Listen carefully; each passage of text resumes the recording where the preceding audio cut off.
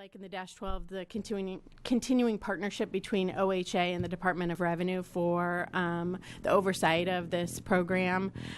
We are in strong support of removing the sampling exemption for vape shops. We think that is very important. As I've mentioned, we have several jurisdictions throughout Oregon that do not allow sampling in vape shops, and we think that that should be the gold standard that we have across the state. Removing that sampling exemption will protect workers in the businesses. They will protect attached businesses, business workers, and clients in those attached businesses from the secondhand vape. So we are very appreciative of that change in this amendment. We also support the inclusion of inspection enforcement of local laws and appreciate, again, that work. Against? So, yeah. So say, we got to get the point across. We were certainly willing to support 663 with the sampling piece, with the sampling pieces in there. They have to know that they're not getting our support, and they would get our support if our sampling was in there. And they know that. And these are supposed to be our, you know, I got to find out what happened. One or two things happened. The drafter's an idiot and he forgot it because Pope wasn't told for it, or somebody came in at the last minute. The -12 does not. She doesn't know what happened, whether they're the -9 and then the -12s happened, or sampling came out on purpose or not. But we do have a version that we're in support of, which is the -9, which is basically the -12. Then he's got a section. Then he's got a section in his file that she just showed me with sampling crossed out.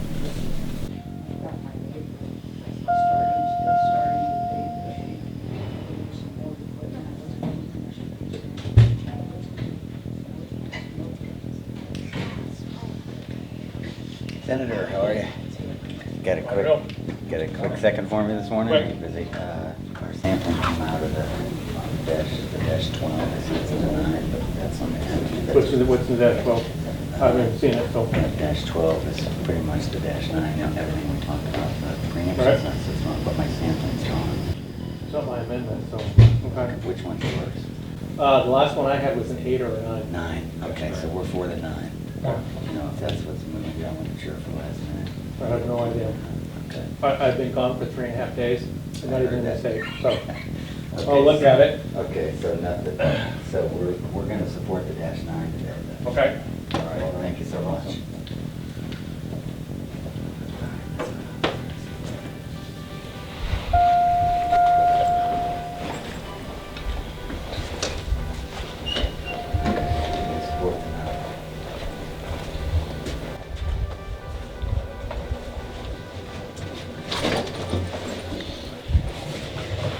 Support the -9 amendment. So we do support 663 with the -9. I support 663 with the -9 amendment.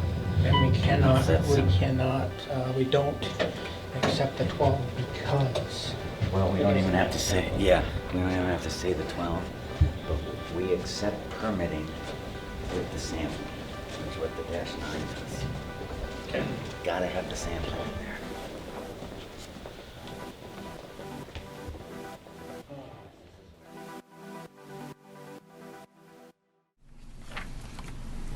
Morning, Mr. Chairman, members of the committee. For the record, Gary Oxley, Oxley & Associates, appearing before you this morning on behalf of Fred Meyer and Safeway.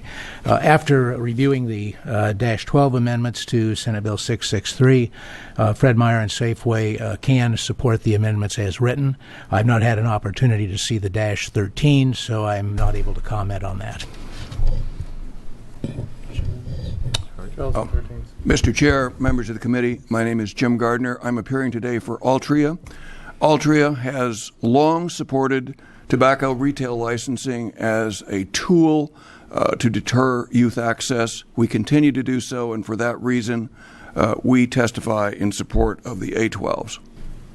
We've seen studies this year, in fact, that show that one of the best tools to keep tobacco out of the hands of minors is licensure. So that's what we're working toward, trying to build consensus to. And it's been a pretty healthy discussion, I will say, which is one of the reasons we have so many of these drafts. So we're up to the 12s and now 13s. So we've got a lot of people signed up. I would like to start, if I could, with Lynn Saxton, the Director of the Oregon Health Authority. Good morning, Chair Haas and members of the committee. For the record, my name is Lynn Saxton, Director of the Oregon Health Authority, and with me this morning I have Tish Mack, who is our coordinator for the federal SINAR program. Tobacco use remains the #1 preventable cause of death and disease in Oregon, killing 7,000 people each year. It's a major risk factor for developing asthma, arthritis, diabetes, cardiovascular disease, stroke, tuberculosis, and ectopic pregnancy, as well as lung, liver, colorectal, and other forms of cancer. Yet whether or not we use tobacco, all Oregonians pay the price. Medical expenses and lost wages that result from tobacco-related disease and premature death cost Oregon $2.5 billion per year, or $1,600 for every household in the state. This is 13.4% of the total Oregon Health Authority budget. Director Saxon, first of all, you articulate very well the reasons why we should be educating about tobacco. You have me convinced it's not good, and it's not good for people to use. Got it. It's crystal clear. But I'm afraid this bill does not, I think the goal of this bill is try to deter our adolescents from using tobacco. I don't see how it does that. Senator Boakles. Just for the record, and I don't need a response because I'm about to blow a gasket, and when I do, as a vice chair, I'll put the next witness under oath. I continue to hear this rhetoric about the SINAR amendment and the state of Oregon and how great its inspection program is. The SINAR inspection did about 1,200 inspections according to the records that we have. Of those, the final report pulled out 383 or just under 400 to come up with the documentation. As the director said, there are some problems within Oregon Health Authority that need to be corrected. If this is the committee in which we're going to bring it up, Mr. Chair, I'll be happy to put people under oath and start dragging out all of the accurate information. I would just advise everybody, if you're going to use information that we know is not accurate, that needs to be fixed, which we're all in favor of fixing, let's not keep going back and rehashing SINAR stuff that is faulty. Thank you, Mr. Chair.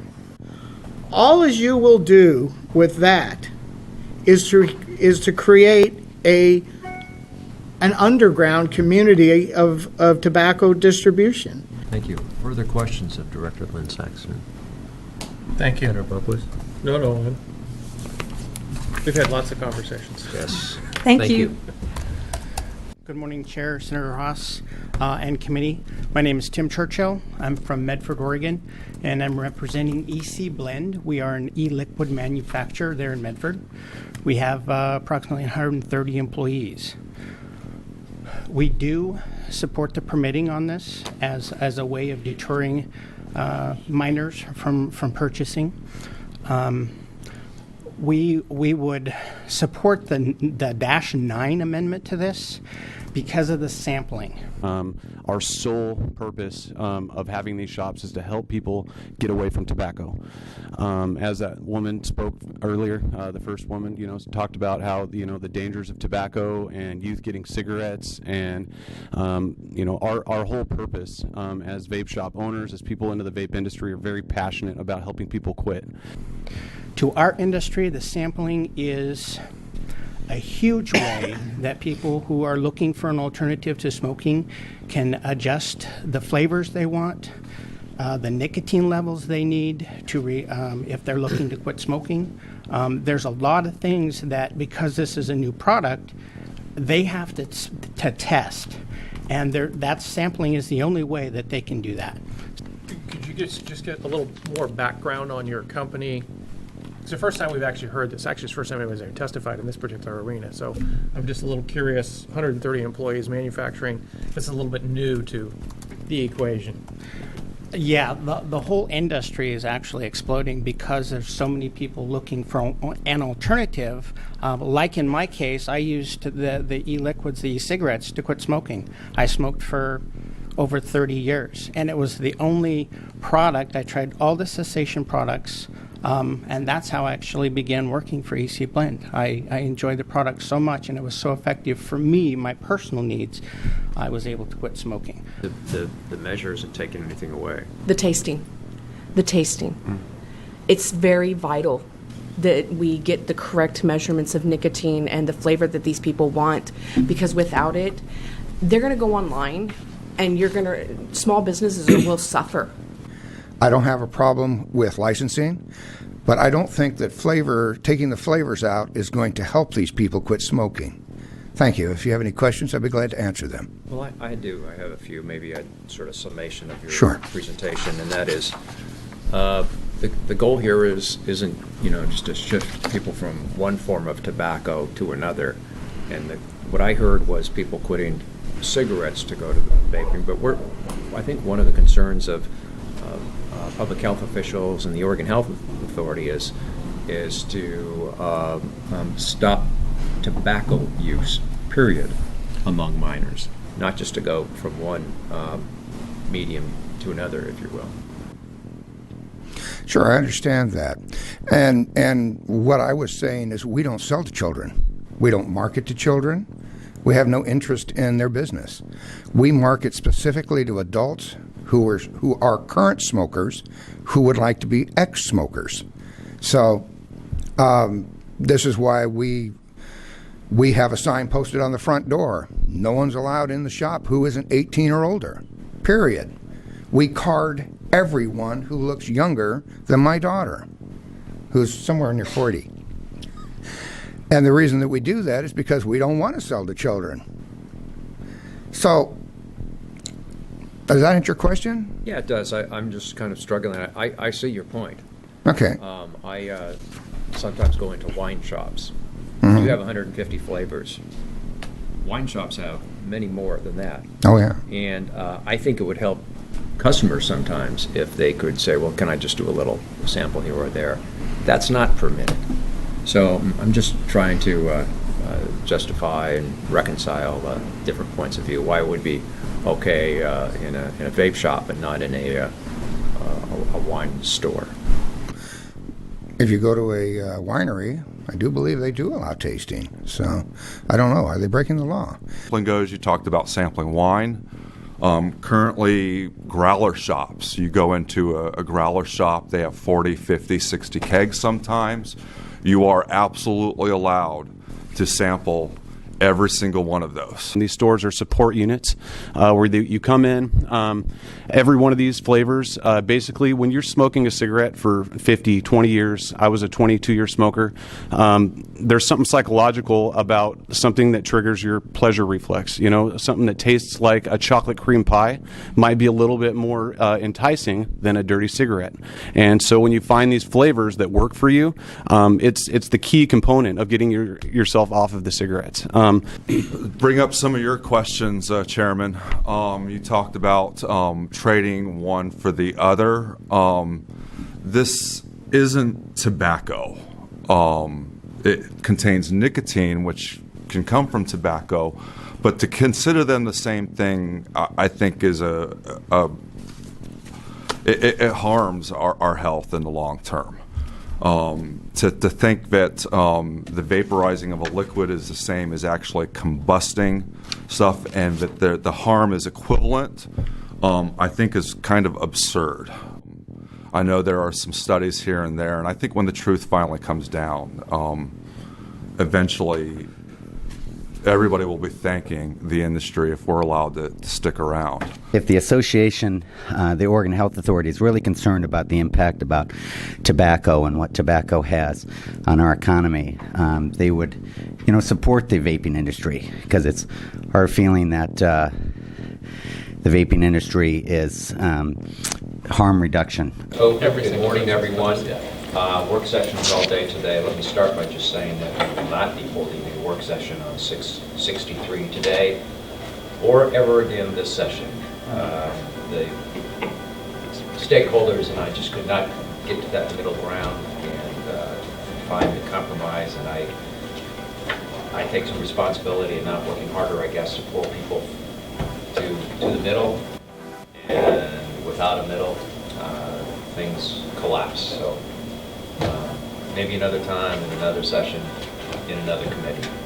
We'll track with that, but it's regrettable because I think there was an opportunity there to put a stronger wall between tobacco and minors. Try again another time. Okay. So let's go into a work session on House Bill 2316.